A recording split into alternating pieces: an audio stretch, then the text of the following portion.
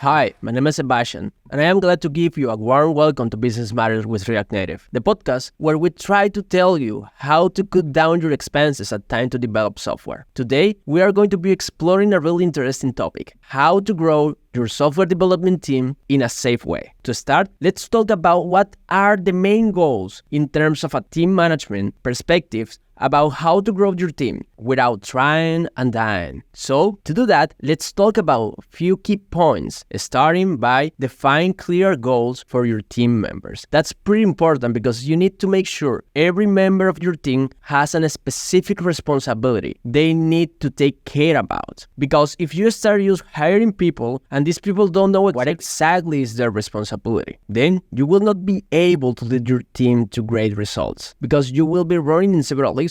By instance, you might be hiring developers and overlapping roles between your people, and that's not good. The second point we are going to be trying to touch is how to hire people based in the technical base and in a good cultural fit. What does it mean? It means you need to hire people not only based on what they know or what they can give to your team in terms of technical skills. You also need to make sure you are hiring people that can give you a good value in terms of what the cultural fit these people has for your company. The third point we are going to be talking about is about to create a culture of learning and development in your company. You need to make sure your developers and your co-workers have a clear goal at time to develop their paths. When I mean a path is their professional path. They need to have a real support from you to make sure they are achieving their personal goals. Then you will have motivated developers which will do a great job at time to develop your product. Our fourth point is communication. You need to make sure you are giving the right instructions to your team. You are communicating the right feedback. You need to make sure the communication is smooth between your co-workers to make sure your team is doing exactly the work you are looking for. Let's imagine you are raising a requirement for a client, and then your client says something to you, and then you say something different to your developers. What will happen? You will give exactly the opposite result that your client is expecting. It means you are not going to have a high quality result because you had a bad communication. Making sure the communication is smooth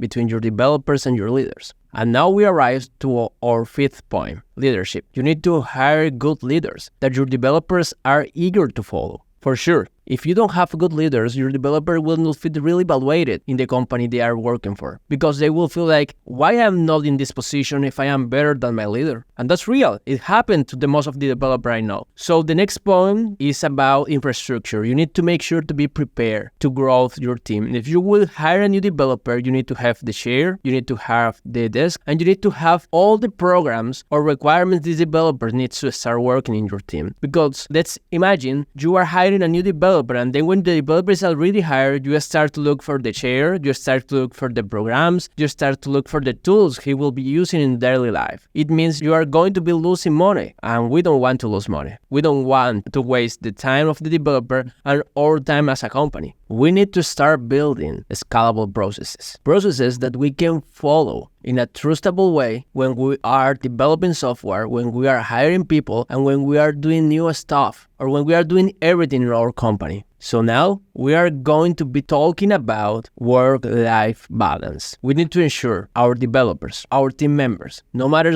who, no matter when, have a good life balance. So now we are going to be talking about work-life balance because that's exactly the most important thing when you are building a company. Making sure your developers, your employees, your coworker have a good work-life balance, you are making sure you have incredible results at time to build software because they are going to be happy with their homework balance in general terms, and then they will give their best at time to develop your product. If not, you will have bored people, and bored people will not work with the real purpose of your company. And for sure, you need to make sure to give regular feedback and recognition to your team. Then they will know exactly what is their performance at time to work with you. They will be happy when they are recognized, and they will be working harder when they have some bad feedback about you. So that's important. You need to make sure your developers, your coworkers, and everyone in your team knows exactly what is their progress when it's time to work with you. And that's all, guys. Thank you very much for being here until the end of this podcast. I hope you enjoy a lot of the content we share with you here. Catch you later.